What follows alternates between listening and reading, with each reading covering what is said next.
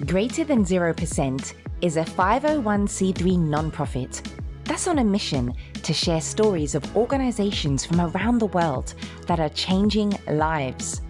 We have weekly episodes featuring amazing nonprofits and monthly episodes interviewing top business executives. You can find us at gtzp.org on your preferred streaming or social media platforms. Alrighty, thanks everyone for tuning into this episode. Today we have Marcie Finney, who's the Executive Director of Cleveland Cord Blood Center. Marcie, thank you so much for your time today. Thanks for having me. Yes. So we usually like to start with the mission statement of the organizations we interviewed. And since this is an organization type that we've never interviewed before, I'm going to ask a lot of these basic questions. So let's start with the mission statement, Marcie. What is the mission of Cleveland Cord Blood? So we are advancing umbilical cord blood cell therapy treatments, saving lives, enhancing health, and expanding knowledge one birth at a time. So that's a lot to digest in one mission statement. So I can go into detail if you would like. Yes. What we do is we're a public umbilical cord blood bank where families can donate their umbilical cord blood. That happens when you have a baby. It's normally thrown in the trash as biomedical waste. And we can take that cord blood if the families agree, and we can use it for research. We can use it to treat people that have leukemia. And we have partnerships with a lot of people across the world that use cord blood and the stem cells in there for new treatments every day. All right. Definitely going to have a lot of questions on that. But before we get into that, why is this an area that you wanted to be a part of and dedicate your time and passions to? Well, a couple of things. One, I think that the people that get cord blood units for their stem cell transplant, there's huge disparity in availability for stem cell transplants. If you're Caucasian and you need a stem cell transplant, you're very likely to find that on the adult donor registry. If you're not Caucasian, it becomes more and more challenging. So cord blood transplants often happen in people of mixed and different ethnic races. So it's really important that people know that this is an option for them if they get to a point where they need a stem cell transplant. And I think the second piece is it's a really amazing opportunity for people when you're having a child that, you know, all of this cord blood material is normally just thrown away as biological waste. And if you can find a public cord blood bank nearby, you can donate it, just like if you're going to donate blood with the intention that it will go to treat someone else. So it's a really altruistic thing that happens every day. Yeah. Okay. Cord blood, is there a certain process that you have to go before you give birth to sign up that the nurses and the doctors know, or what is kind of that process like for us humans? Sure. So public cord blood banking happens in particular hospitals that partnered with a public cord blood bank. So it's kind of geographical. There's some, we have collection sites in Cleveland, Ohio, where we're located, Atlanta, Georgia, and then we have them in California, in Oakland, in Berkeley, and in San Francisco. So if you're giving birth in one of those hospitals, probably your provider, your OBGYN or your midwife would talk to you about if you'd like to donate your cord blood to a public cord blood bank. If you're not delivering at a hospital that has a partnership with a public cord blood bank, you can also keep it for yourself. You can pay to have it banked, and people have that option too, but there is a charge for that if you're not working with a public cord blood bank. But really the process is very easy. When families decide that they want to donate it, they sign some paperwork that outlines all the risks and benefits. And then when you have the baby, the cord is clamped and cut as normal, and then the physician or midwife will collect the blood in a blood bag, just like every other blood bag, and that blood will come to us for our laboratory studies. Okay. You mentioned that some families choose to store this. Why is that a choice that families sometimes do? What's the logic behind it? Sure. So if you store your own cord blood unit, right? So there's a couple of things that happen when we go to use an umbilical cord blood. One, it needs to have the right number of cells inside of it. And then two, it also has to match your genetic typing. Just like if you were going to get a heart transplant, right? That transplant has to match your genetic genotype or your HLA typing.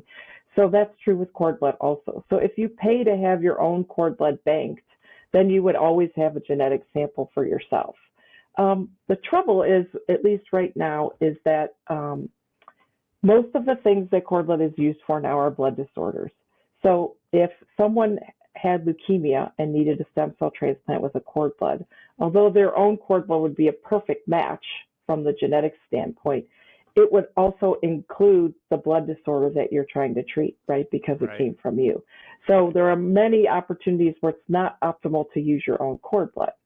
However, we are seeing research being done in all kinds of areas, everything you could think of: wound healing, cerebral palsy, neurological disorders, heart disorders, wound care, everything. So there could be benefits to having your own, but that is still off in the future, and we would characterize that under the regenerative medicine umbrella. It's things for the future. Right. What is the difference between normal blood and cord blood?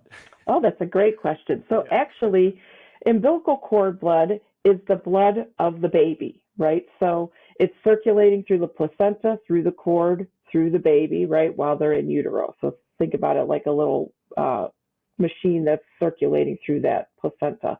And what happens when the baby's born, right? There's the blood that's in the baby, and then we clamp and cut the cord when the baby's delivered, and there's still blood left in the placenta. So that blood is exactly the same as that newborn baby's blood at the time of birth. It's just kind of the extra. Do families also, like, can you use the placenta blood for the same like way that you use cord blood for, or is it just like kept a different way? It's all the same. The cord blood kind of runs through the placenta, and the placenta is like the part that holds it. Yes. Yes. Okay. If that makes sense.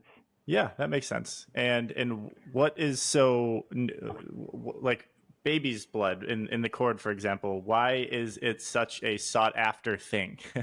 Great. It's me just like donating my blood. Like, what's so? That's a really good question. That's a really good question. So think about you and I, right? We've been exposed to viruses. We've been exposed to environmental factors that we probably don't even know about. And also through aging, right? Your stem cells that are circulating in your body, right? As we get older, there's less of them. There's some evidence that they might be less potent as we get older. So think about the blood from a newborn baby and cord blood, right? It's brand new. It hasn't had any viral exposure. It hasn't had any environmental exposure. And those stem cells are probably the best, the most prolific that they will ever be, right? They kind of go downhill as you age. So that's the value of it. All right. So we have 2 kids under 2. We have one that just turned 6 months. So we just went through this process a few months ago.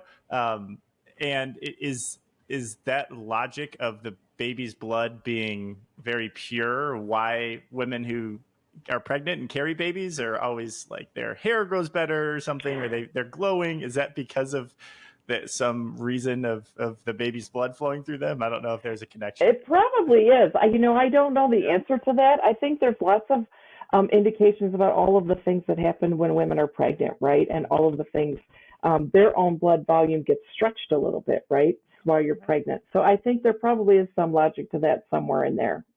Okay. I think as women, we get benefits from our kids in utero that we don't even know about yet. Yeah. Okay.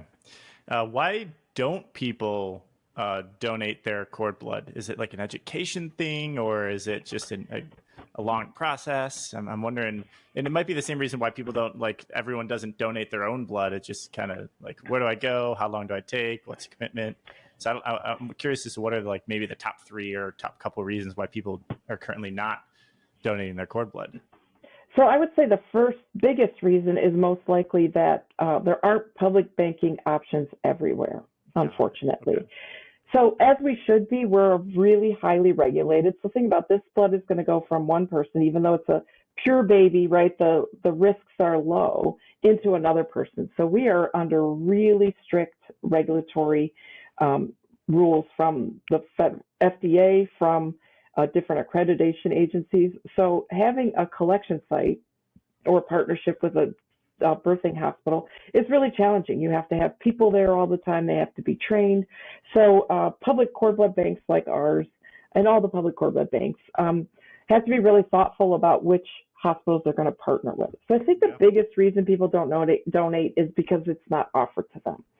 So that's one thing. And really, I think we continue to need more donations, and the public banking system is continuing to grow. And I think over time, we hope that it will get bigger and bigger as more cord bloods are used. So I think that's the biggest reason. I'll say in our places that do have sites, right, there are some things that have to happen in order to donate, right? And I think most of the time people, on average for us, half the people that have babies in the hospitals where we have a program end up donating, which is not too bad. Some of them maybe deliver too fast, right? They come in and they're having a baby really quickly. So obviously we don't have time to get through all the paperwork. In the same token, really tough cases where something is happening that's not usual, and we want the medical team to have all of their focus on what's happening with the mom and the baby. Obviously, those don't get collected. But, you know, most of the time if people can't donate for some reason, maybe they have something in their family history, maybe the baby has to be of a certain gestational age. Premature babies we can't collect on because they probably just don't, they need that blood too. They need to focus on the baby. So I would say another 25% can't donate for some reason, right? There's something going on with their pregnancy. We have a small percentage that just say no. Yeah. Which is good. And I think some of the reasons that those people that say no, a couple of things. Some people don't love, believe it or not, one of the things we get asked the most is if it is used in research, do they use animals? And many people don't love that. So we can't guarantee that our researchers wouldn't use it in animals. So then people just say, no, thank you, it's not for me. Gotcha. Otherwise, there is some, you're sharing genetic material with your child, but most of the time people are really, really willing to do this. They understand. It's like when you donate blood, right? If I donate blood today, I don't expect that it's going to be saved there if I need blood. I expect that whoever needs it today is going to take it and use it. And the same is with cord blood. When I donate my kids' cord blood, the intent is that somebody else will use it, and then if somebody I know needs one, there'll be someone there to help us. So it's a really altruistic program. Most of the time people say yes, though. Yeah. Okay. Awesome. Oh, it's really interesting. This is, like I mentioned before we started rolling, this is a space that I've not heard much about. So this is really helpful. As a part of your mission statement, I think it includes donate cord blood, save a life. Could you make the connection there? Yeah, so, powerful. Yeah, it is. We talk about save a cord, save a life often, right? And there's two sides to that. So, we were founded on the use of cord blood for stem cell transplants. And that is when a patient has a blood disorder, often leukemia, and those cord blood stem cells can regrow their entire immune system, gets rid of the cancer, grows a new immune system, and the patient can be cured of cancer. And so, that's one cord for one life, because we would use the entire cord blood unit that came from one baby to save another person's life. We have one cord blood transplant survivor that calls herself Diana. She says she's the ultimate recycling program, trash to treasure, because the cord blood units are normally thrown in the trash, and it really saved her life. She got leukemia when she was about ready to retire, and didn't have any other options, and this cord blood unit saved her life. So it's really that one cord, one life. But there are things about it too that have wider impact. We also talk about if your cord blood unit gets used for research, right? It's not necessarily just one cord, one life. One cord could help many people if that cord blood unit supports some of the research that is out there right now that could help multiple people. So, we try to talk about that altruistic nature about it. Okay. Interesting. Wow. All right. That's a powerful story. I'm glad we're doing this education. Now, back to a 101 question, stem cell research, just that name of a type of research. Does that specify research on like cord blood specific stem cells, or is stem much more broad of a term? It is a little bit broad, so and it's a really challenging field to try to get all the nomenclature right. So there are adult stem cells, which you and I have stem cells in our bone marrow, and we have them circulating through our blood right now. And you and I could be donors for people that need a stem cell transplant. Also, there's an adult donor registry through the National Marrow Donor Program, and if you haven't signed up, you should. You just swab your cheek, and they add you to the registry, and if they find a match, they'll call you and have you then come and donate your bone marrow or peripheral blood. So we have stem cells inside of us. And then umbilical cord blood stem cells are still adult stem cells because they're mature, right? They have a little bit more naivety than adult stem cells from you and I, but they really don't have, they have some properties where they can turn into different kinds of blood cells, but they're relatively mature, which is really different from when you hear embryonic stem cells, right? That is coming from an embryo that hasn't yet turned into a person. Right. And so with the stem cells from cord blood, there's no life lost or gained. It's just the leftover blood from when a baby is born. And that's really confusing. And it's a challenging piece of the education, right? Because parents often want to make sure that there's nothing that is coming from these cord blood stem cells that would harm their baby, which there is not. It's normally just thrown in the trash. Yeah, no, I'm glad we're having this conversation. Okay, in terms of one last question on the previous topic that we're talking about, the one cord, one life. When the cord blood is given to somebody that has leukemia, what happens to this person's body once they get the stem blood, or what's the process of like presenting or entering the stem blood into somebody that has leukemia, and like what happens? Sure. I'm not a clinician, so I'll do my best, right? But I'll try to explain it as much as I do. So leukemia, we'll use that as a good example because it's the one I probably understand the most, right? Is a cancer that's in your blood. So it's a liquid cancer and it's circulating around, right? So what you're trying to accomplish with a stem cell transplant, right, is to get rid of the leukemia and then have a good functioning immune system afterwards, right? So what happens with these patients is they either get chemotherapy ahead of time to try to get rid of the cancer, which can harm their own immune system, and then they pretty much wipe out their entire immune system, including the cancer. And then really the cord blood transplant is really non-eventful. It's through a port, it's injected. It's about 25 mils of cord blood. Yeah, I was going to ask, like, how much are we talking? And they come in these cartridges that look like this. So it's like the size of a credit card, right?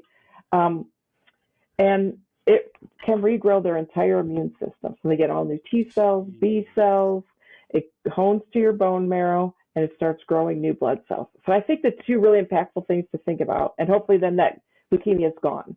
Mm-hmm. Their blood type can change. So they will get a blood type of the cord blood, right? Yeah. So, and it doesn't matter. It doesn't matter what blood type you had and what blood type you get. Wow. Because you're going to wipe it all out. So I think that's a really impactful thing to think about, that all the new blood that is grown in these patients comes from the cord blood donor. I think the other impactful thing is to think about that it's completely wiping out your immune system. So you're starting all over again, which is hard to conceptualize. Here's the thing that makes it solid for me, right? Is that those patients, once they recover and they get all their white blood cells back and they get all their blood counts back, they need to go through their immunizations all over again, just like your babies, right? Your babies are still probably going through them, right? They get this one Tdap this month, and then they get the MMR the next month. So these, even if they were an adult, they have to get that series of immunizations all over again. So that's really concrete to me to think about how it's really regrowing their whole immune system. Yeah. Powerful.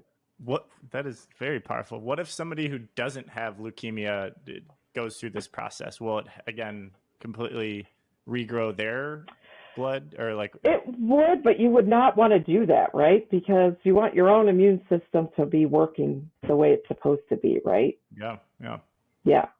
Okay. So it's pretty powerful. And, I think the other topic we haven't talked about is what happens between the cord blood unit when we collect it and when it goes to a patient, right? So we could talk about that if you like. Absolutely. So cord blood units are collected. We collect them 24 hours a day, 7 days a week in all of our collection sites, and we have them across the country because we want to get ethnicity from everyone across the U.S., right? So that we can maybe serve more patients because they have to match, first of all, right? And it tends to go along your genetic background, it tends to go along your ethnic background. So Caucasians are more likely to match Caucasians than Hispanic, and so on and so forth. But so that's why we wanted to have collections from across the country. So those cord bloods are collected every day, and then they ship here to Cleveland. We try to get them here in the morning. So they might fly all night from California to get here. They fly in the morning from Atlanta to get here. We have couriers that go and pick them up in Cleveland. And we're on a timer from the moment it's collected until 48 hours. We have in order to do all of the testing we need to do, and then it gets frozen in a liquid nitrogen freezer, which keeps it at minus 150. So, as you can imagine, the clock is ticking every day, right? The samples arrive, our lab staff decides. There are some specificity about how big they have to be in order for them to be listed on the registry. Right. So our lab staff will decide which ones are big enough, and then they will isolate the cells that they need. They have to do some testing ahead of time before it goes into the freezer, and then they have to get frozen within 48 hours. Right. So it's kind of an amazing thing that happens every day. And then there are some additional tests that take longer. We might take a sample. We have one test called a colony forming unit, where we take a sample from every cord blood unit that's going to get frozen, and we grow it in cell culture to make sure that all the tests we did all day today before we froze it didn't affect it anyway. So we grow them to make sure that they function the right way and the cells grow like they should. And that takes about 2 weeks to grow. So we'll freeze them today, and then we'll get the test results 2 weeks from today to make sure that it was still performing the way we want it to. Okay. Wow. And our lab staff works every day but Sunday. So they receive samples every day but Sunday. Okay. Jeez. Well, we've talked about kind of the history and what y'all are doing currently. What is your future vision and plans as executive director of this organization? That's a really exciting question, right? Yeah. So I'll say I've been working cord blood since 2001. So I've been in the field for a long time. I started doing basic science research as a laboratory technician. I have a degree in chemistry. And then our founder and medical director here, Mary Laughlin, who was doing these cord blood stem cell transplants and did the first cord blood stem cell transplant in an adult in the U.S. They had thought at first it was only going to be useful for children because there weren't that many cells in the cord blood. And she did her life's work to show that you could do them in an adult. Wow. So at the time, we recognized that there was not a public cord blood bank between New York and St. Louis and North Carolina at the time. So we got some philanthropic funds to start the Cleveland Cord Blood Center in 2008. So, we thought that at that time, the number of cord blood transplants was growing, like exponentially almost. But what actually happened is it's kind of plateaued, maybe even gone down a little bit. There's been some other technology that has worked for patients too. So there are more options than there were then.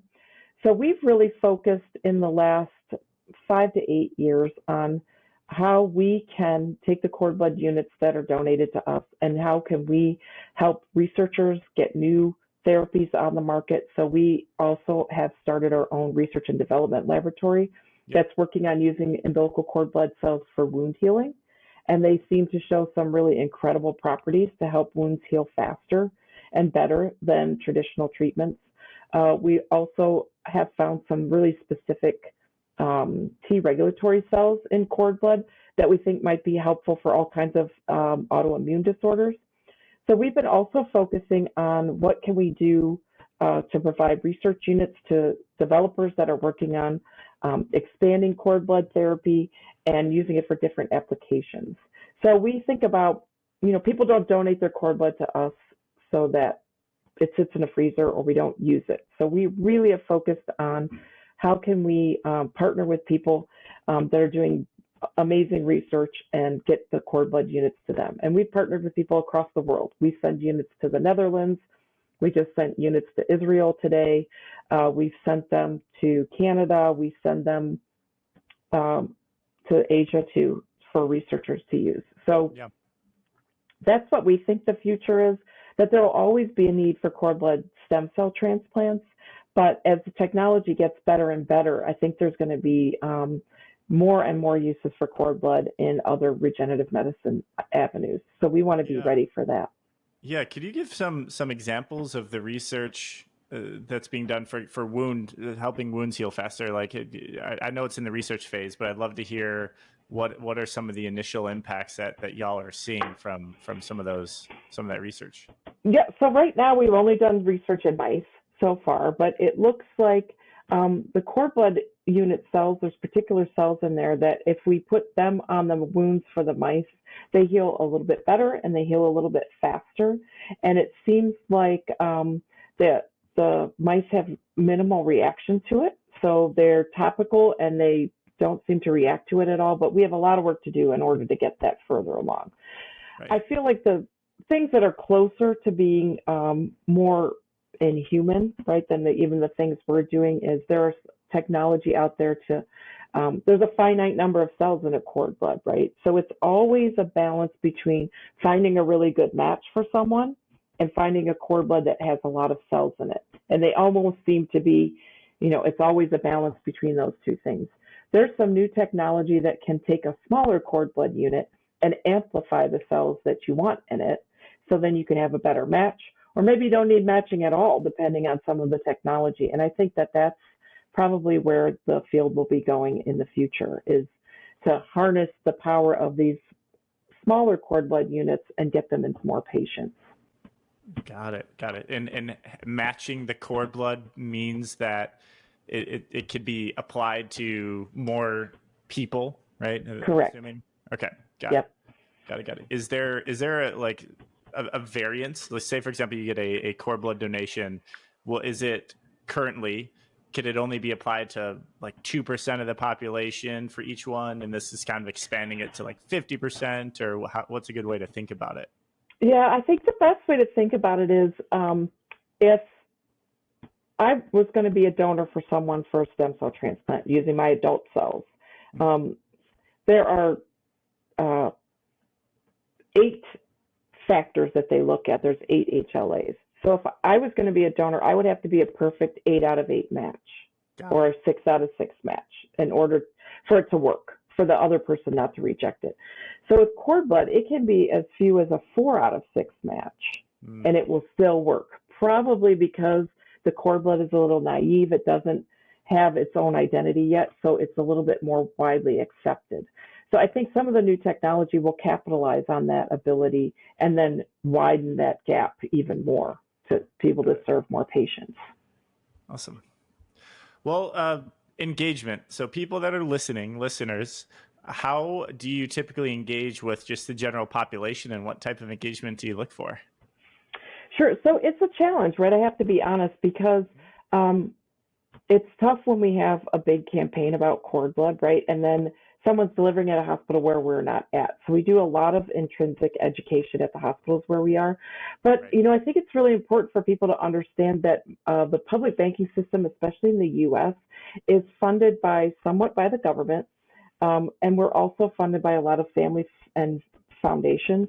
So I think the support of the public banking system is really important, that people know more about it, even if you can't donate your cord blood specifically, to know that it's there for your family if you need it. And that's the intent of the public banking system. And the U.S. government supports the public banks with funding and resources so that we will be there for everyone. So just because there's no preferential treatment if you donate it or not, if someone needs a stem cell transplant, anyone around the world can search our cord blood units, and if it's a right fit and their physician identifies that, we'll send it wherever it needs to be. So I think it should be viewed more as a public resource, right? That we are all working really hard, and it's supported through mostly nonprofits. Some other banks are part of a blood bank or part of a university, but it's not really well known about it. So we try to do outreach on social media so that people can be aware of it. And I would say that that's probably the best place. And to visit our website, we have a lot of great information on that. And, we're always looking for financial donations. So if someone is compelled to do that, that would be really helpful to us too. Absolutely. So folks that are listening, get engaged. Do a little research on your hospital that you're delivering at and see if they have a partnership with, a cord blood bank, and learn more about it. more than we were able to talk about in 29 minutes here, right? So great. Is there anything else, Marcie, that we didn't cover or that you want to share with us before we end the interview here? I think the part I enjoy most about it is it's such an altruistic industry, right? So, the moms that donate their cord blood are not getting compensated at all for this. It's an altruistic donation intended to go to someone else. The physicians and midwives that collect it are not getting compensated at all for that.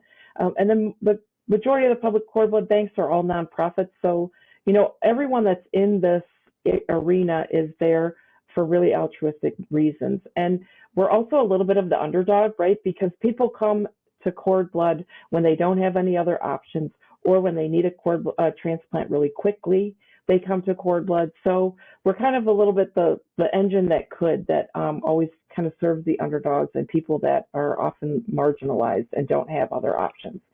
So I think that's part of that's really, really unique and really rewarding in the field. And I do have one personal story. So we ended up finding out that there was, I was in the hallway of we are in a suburb of Cleveland. It's a regular old office building that we built our lab out in, and our landlord is really supportive. He thinks that, it's really exciting to have somebody as unique as us. But this woman came up to me in the hallway and said, "Hi, I'm Lauren. Do you work at that cord blood place?" And I said, "Yeah, I'm the director. It's nice to meet you.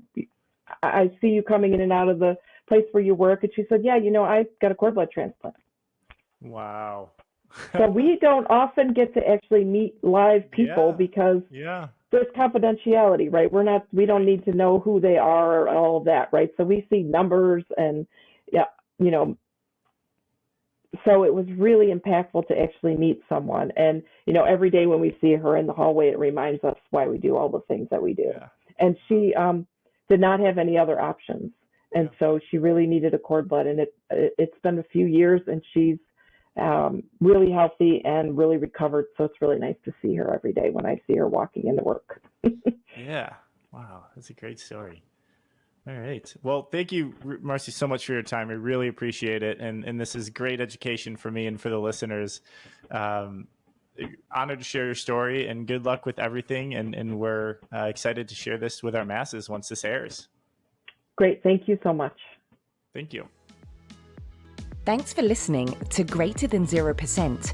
To find more episodes or to have your organization featured on the podcast, you can find us at gtzp.org on your preferred streaming or social media platforms. Find your cause with Greater Than 0%.